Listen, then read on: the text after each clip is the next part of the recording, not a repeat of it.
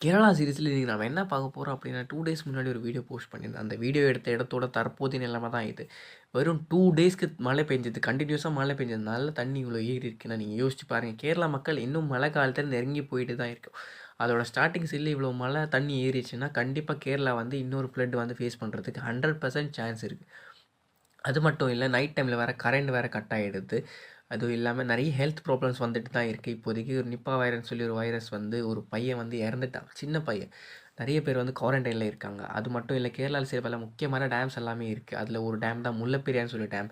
John Pennycuick என்ற ஒரு British என்ஜினியரால 1895ஆம் ஆண்டு கட்டப்பட்ட அந்த டேமோட ஆயுள் காலமே 50 வருஷம் தான். ஆனா அந்த டேம் வந்து 126 வருஷமா எந்த சாமி புடிச்சு நிப்பாட்டுறாங்கன்னு தெரியல அந்த டேம். அந்த டேம் மட்டும் உடைஞ்சதுன்னா கிட்டத்தட்ட 4, 5 ஜில்லா வந்து கண்டிப்பா கேரளா தண்ணிக்குள்ள தான் போகும். தமிழ்நாட்டுல குமரி கண்டம் எப்படி காணாம போயிடுமோ, அதே மாதிரி கேரளா ஜில்லாவே காணாம